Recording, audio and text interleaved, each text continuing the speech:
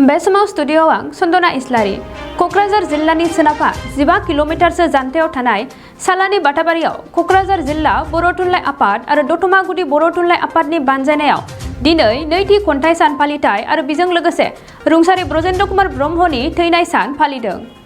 बे हाबाफारियाव बाहागो लाफैदों मासिगिरि महरै क'क्राझार जिल्ला बर' थुनलाइ आफादनि आफादगिरि श्री बानेश्वर बसुमतारी आरो बेखेवगिरि महरै नुजादों बारग' गोरायुं क'क्राझार सोरखारि फरायसालिमानि डक्टर सुरत नार्जारी बिथाङा।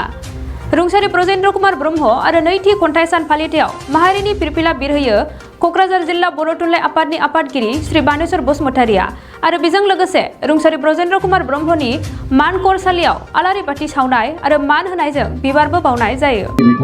जोङो सासे गेलेमा मानसिनि जिउनि जोनोम सान बेखौ लानानै जुदि मोनसे थांखि लायोबा बेबो सरासनस्रा खोथा नङा, खन्थाइनि सायावसो बे जोङो बेखौ सान फालिनायनि गेजेरजों बिथांनि जिउ खौरांखौ अरायथा खालामनायनिल' खोथा गैया। बेबादि हाबाफारिनि गेजेरजों जोङो बेखौ गोसोखांनानै जोंनि समाजनि गेजेराव लासैनो उन जोलैफोरनि थाखाय मोनसे थुलुंगा होनाय मोनसे दिन हिसाबै बे मानसिफोरजों गनायजानाय जानानै थागोन। बेनिखायनो जों बेखौ बयबो बरायो। नंथारगौ बाथ्रा, लिरगिरियाथ' मेरला लिरगिरि दङ, नाथाय बयनिबो लिरनाया माने अरायथा जानानै थाया। बयनिबो लिरनाया मानसिफोरनि गोसोआव गोहोम खोख्लैनो हाया। नाथाय जोंनि बे ब्रजेन्द्र कुमार ब्रह्म बिदाया ओरैबायदि माखासे सोरजिलांदों। बिथाङा जानला मोनला खालामाखै, जेसेबां सोरजिदों बे सोरजिनाय मानिया अरायथा जानानै थागोन आरो उन जोलै मानसिफोरखौ बे गोहोम खोख्लैनानै बिथांखौ थुलुंगानाय बे जानानै थागोन। बिथांनि सोरजिया अराय सोरजि जानानै थागोन। जे जोंनि बर' थुनलाइ आफादा ब्रजेन्द्र कुमार ब्रह्मआ सासे बर' थुनलाइ आफादनि सासे आफादारि हिसाबै सासे मावथिमोन आरो लिरगिरि हिसाबै बिथाङा सासे राफोद खन्थाइगिरि आरो बे खन्थाइनि थाखायनो बिथाङा बुंनो थाङोब्ला बर'नि गेजेराव माने टेगर मोनसे बान्था, टेगर होननाय मोनसे साहित्य एकाडेमि बान्थाजों समान बेबो मोनसे टेगर बान्था मोननो हादों। आरो बिनि उनाव बिथाङा गावनि राफोद लिरनाय खन्थाइनि थाखाय साहित्य एकाडेमि बान्थाबो मोननो हादों। आरो बेबायदिनो बिथाङा बर' थुनलाइ आफादाव जइन्ट सेक्रेटारि जाबोनानै बा आफादगिरि जाबोनानै अनेक खामानि मावदों। बिथां आफादगिरि समावनो जोंनि बर' थुनलाइ आफादनि जेनोखि दाबि दावा बे फ्राय जाफुंदों। जे बर' रावा जे भारतीय संबिजिरनि बे 80 सिदुलाव थिसनजानाय बेखौबो बे बिथांनि आमुङाव जादों।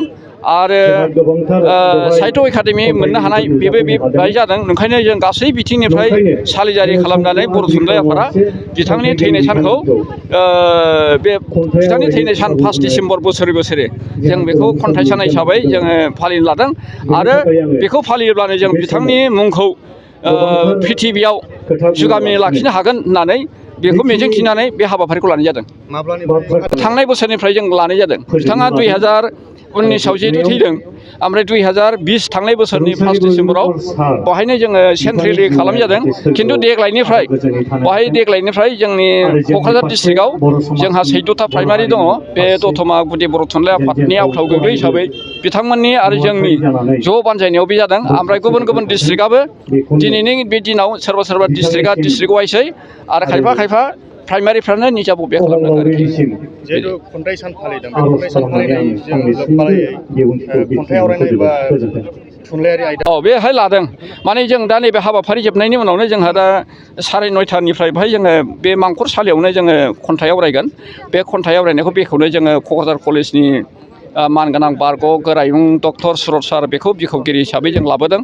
आरो बिथाङा बे ब्रजेन सारनिनो सासे समहामयिक सासे मावथि लोगो। ओमफ्राय जों दा बेहायनो जोङो खन्थाइ आवरायगोन। आरो बे खन्थाइया खालि बे ब्रजेन सारनि दक्षता, साहित्यनि सायाव दक्षता बा बिथांनि प्रतिभा माने रोंगौथाय आरो मा होनो बेखौ बर' रावाव राव थेथाव होनना बुङो बे प्रतिभाखौ। बिनि सायाव गुन गरिमाखौ लानानै बेहाय खन्थाइ लिरनायखौल' जोङो आवरायगोन। बेहाय गुबुन आयदानि लानाय खन्थाइखौ जों आवरायनाय जानाय नङा। गोजोननि नोगोर क'क्राझाराव थानाय बाजार इन्डिया आरो MRM हस्पिटाल साखाथियाव बड'लेण्ड थेरापिस्ट सेन्टाराव थुब्ला ब्रह्मआ गुबुन गुबुन रोखोमनि सानाय सुनाय गोनां सुबुंफोरनि थाखाय फाहामथाय होनाय जायो। जेरै जान्जि सानाय, हान्थु सानाय, गोदोना सानाय, आदै सानाय, आफादावदै सानाय, जानजि जरा सानाय, खर' सानाय, सिनस्रि जरा सानाय बैफोरबायदि सुबुंफोरनि सानायफोरखौ फाहामथाय होबोगासिनो दं। सोरबाफोर बे बेरामाव गोग्लैनाय सुबुंफोरा बे खाबुखौ लानो हागोन।